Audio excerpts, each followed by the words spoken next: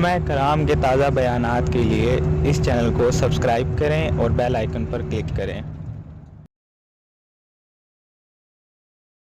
زندگی حضور پہ درود پڑھو، لمحہ لمحہ حضور کے ذکر کا چراغاں کرو، صرف اپنے گھروں میں، اپنی چہار دیواریوں میں اور اپنے بازاروں میں جھنڈیاں ہی نہ لگاؤ، بلکہ دل کے ایک ایک فرد پہ نام محمد کی جھنڈی لگاؤ۔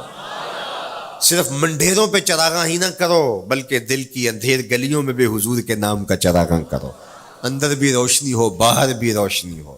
حضور پہ درود پڑھو، حضور کا ذکر کرو، اپنے بچوں کو بٹھا کر کے حضور کے قصیدے سناؤ، حضور کی شانیں سناؤ، حضور کی سیرت بتاؤ انہیں۔ اپنے گھر کے ماحول کے اندر، اپنی مسجد میں، اپنی گلی میں، اپنے دوستوں میں حضور کا ذکر کرو۔ دوستوں آپس میں بیٹھو تو کہو یار اللہ کا کتنا کرم ہو گیا کہ اللہ نے ہمیں حضور عطا کر دیا۔ دوستوں میں بیٹھے جب یوں بات کرو گے تو اللہ کی رحمتیں کس قدر تمہارے اوپر برسیں گی۔ اپنی عقیدتوں کا اظہار کرو، وہاں کمیت نہیں دیکھی جاتی، وہاں کیفیت دیکھی جاتی ہے، وہاں مقدار نہیں دیکھی جاتی، وہاں معیار دیکھا جاتا ہے۔ وہ چہرہ اور چہرے کا تل نہیں دیکھتے، وہ بندے کا دل دیکھتے ہیں، وہ دیکھتے ہیں کون کس خلوص کے ساتھ محبت لے کر کے آیا ہے۔ شاہ ولی اللہ محدث دہلوی بہت بڑا نام ہے، تمام مکاتیب فکر کے نزدیک معتبر نام ہے۔ شاہ ولی اللہ محدث دہلوی فرماتے ہیں میرے والد شاہ عبد الرحیم محدث دہلوی ہر سال حضور کا میلاد کرتے تھے اور اپنی استطاعت کے مطابق لوگوں میں، آنے والوں میں کچھ کھانا بھی تقسیم کرتے۔ ایک سال حالات اتنے پتلے تھے کہ ان کو میسر نہ تھا کہ لوگوں کو بھرپور کھانا کھلا سکیں، لیکن کہا چلو ناغہ نہ ہو، ایک تسلسل ہے جاری رہے، تو انہوں نے چنے بانٹ دیے بعد میں، لیکن دل میں تشویش تھی کہ اس مرتبہ من کی منشا پوری نہیں ہوئی، تو اسی حالت میں سو گئے، سوئے تو مقدر جاگا، حضور کا دیدار نصیب ہوا، اور جس نے حضور کو خواب میں دیکھا اس نے حضور کو ہی دیکھا۔ من رآنی فی المنام فقد رآنی، فرمایا جس نے مجھے خواب میں دیکھا اس نے مجھے ہی دیکھا۔ فإن الشیطان لا یتمثل بی، شیطان میری مثل ہو ہی نہیں سکتا، خواب میں آ کر بھی حضور کی مثل ہونے کا دعویٰ نہیں کر سکتا۔ جس نے مجھے دیکھا اس نے مجھے ہی دیکھا۔ اور دوسری بات، حضور جس کے خواب میں آئے قصد، ارادے اور مرضی سے آئے۔ تیسری بات، حضور علیہ الصلوۃ والسلام نے خواب میں کسی کو کچھ عطا کیا تو وہ حقیقت میں عطا کیا۔ ویسے میں خواب میں کسی سے کچھ لیتا ہوں، آپ خواب میں کسی سے کچھ لیتے ہیں یا کسی کو کچھ دیتے ہیں تو وہ محض خواب ہوتا ہے۔ آپ نے کسی سے قرض لینا ہو تو وہ خواب میں آ کے ادا کر دے تو صبح اٹھ کے کھاتے سے نام کاٹ دیں گے؟ آپ کہیں گے خواب میں ادا کیا۔ بھوک میں تڑپتے سو گئے، رات عالی نسب ہوٹل سے کھانا کھاتے رہے، صبح بھوک محسوس کریں گے یا نہیں؟ خواب میں کھایا ہے نا۔ وہ کیا کسی نے کہا 100 بار میرے ہاتھوں میں تیرا دامن آیا، جب آنکھ کھلی تو اپنا ہی گرے باں تھا۔ کچھ نہیں ہوتا، خواب محض خواب ہوتا ہے۔ لیکن اگر حضور کسی کو خواب میں کچھ عطا کرے، امام بوصیری سے پوچھو، رات چادر ملتی ہے، صبح اٹھتے ہیں کندھوں پہ موجود ہوتی ہے۔ حضور عطا کرتے ہیں تو حقیقت میں عطا کرتے ہیں۔ امام سخاوی نے القول البدیع میں لکھا ہے، ایک شخص حضور کے روضے پہ کھڑا ہے اور کیا کہتا ہے؟ آنا ضیفوں کا، میں آپ کا مہمان ہوں اور آپ کے ہوتے ہوئے کسی اور در پہ تو نہیں جانا۔ آقا جی میں تیرا ہو کے خیر منگاں در در دا، مریل کتا کیوں اخواواں ایڈے بختاں وردہ، جب میں تیری چوکھٹ پہ ہوں تو کسی اور سے کیوں مانگوں؟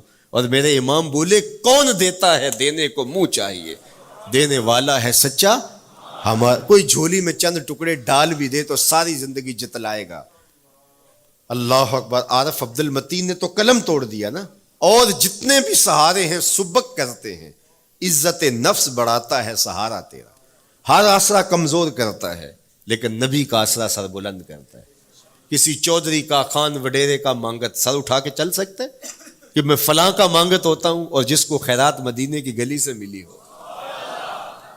اسی لیے میرے امام نے مشورہ دیا، ٹھوکریں کھاتے پھرو گے ان کے در پہ پڑ رہو، قافلہ تو اے رضا اول گیا آخر گیا۔ وہ کھڑا ہی حضور کے روضے پہ اور کیا کہتا ہے؟ آنا ضیفوں کا، میں آپ کا مہمان ہوں اور آپ کے ہوتے کسی اور در پہ جاؤں؟ اللہ اکبر۔ یہ کہتے کہتے آنکھ لگ گئی۔ حضور خواب میں تشریف لائے، دائیں ہاتھ میں روٹی تھی، عطا کرتے میں خذ لے لے، کہتا میں نے خواب میں کھانا شروع کر دی، ابھی آدھی روٹی کھائی تھی، پوری روٹی نہیں کھائی تھی، آدھی روٹی کھائی تھی کہ میری آنکھ کھل گئی. جب آنکھ کھلی تو دوسرا آدھا ٹکڑا میرے ہاتھ میں موجود تھا.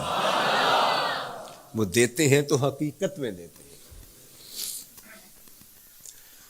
تو شاہ ولی اللہ محدث دہلوی فرماتے ہیں کہ میرے والد شاہ عبد الرحیم محدث دہلوی نے خواب میں حضور کو دیکھا، اور چونکہ دن یہ عمل گزرا تھا اور کہ مہمانوں کو خاطر خواہ تواضع نہیں کر سکا تھا، تو حضور کے سامنے نواع اقسام کی چیزیں پڑی ہیں، اور ان میں میرے والے چنے بھی موجود ہیں، اور حضور ان کے ساتھ شفقت فرما رہے ہیں. تو یہاں معیار دیکھا جاتا ہے، مقدار نہیں دیکھی جاتی. یہاں کمیت نہیں دیکھی جاتی، کیفیت دیکھی جاتی ہے. یہاں چہرے اور چہرے کا تل نہیں دیکھا جاتا، یہاں آنے والے کا دل دیکھا جاتا. یار چہرہ تو چمکدار تھا، اسی لیے ابو لہب کہتے ہیں نا شعلے کی طرح چمکتا ہوا، لیکن جہنم کا ایندھن بنا. اور کالے رنگ والا، ہونٹ موٹے ہیں، لیکن کعبے کی چھت میں کھڑا اذان دے رہا ہے. اذان ازل سے تیرے عشق کا ترانہ بنی، نماز تو اس کی دید کا ایک بہانہ بنی. ادائے دید سراپا نیاز تھی تیری، کسی کو دیکھتے رہنا نماز تھی تیری.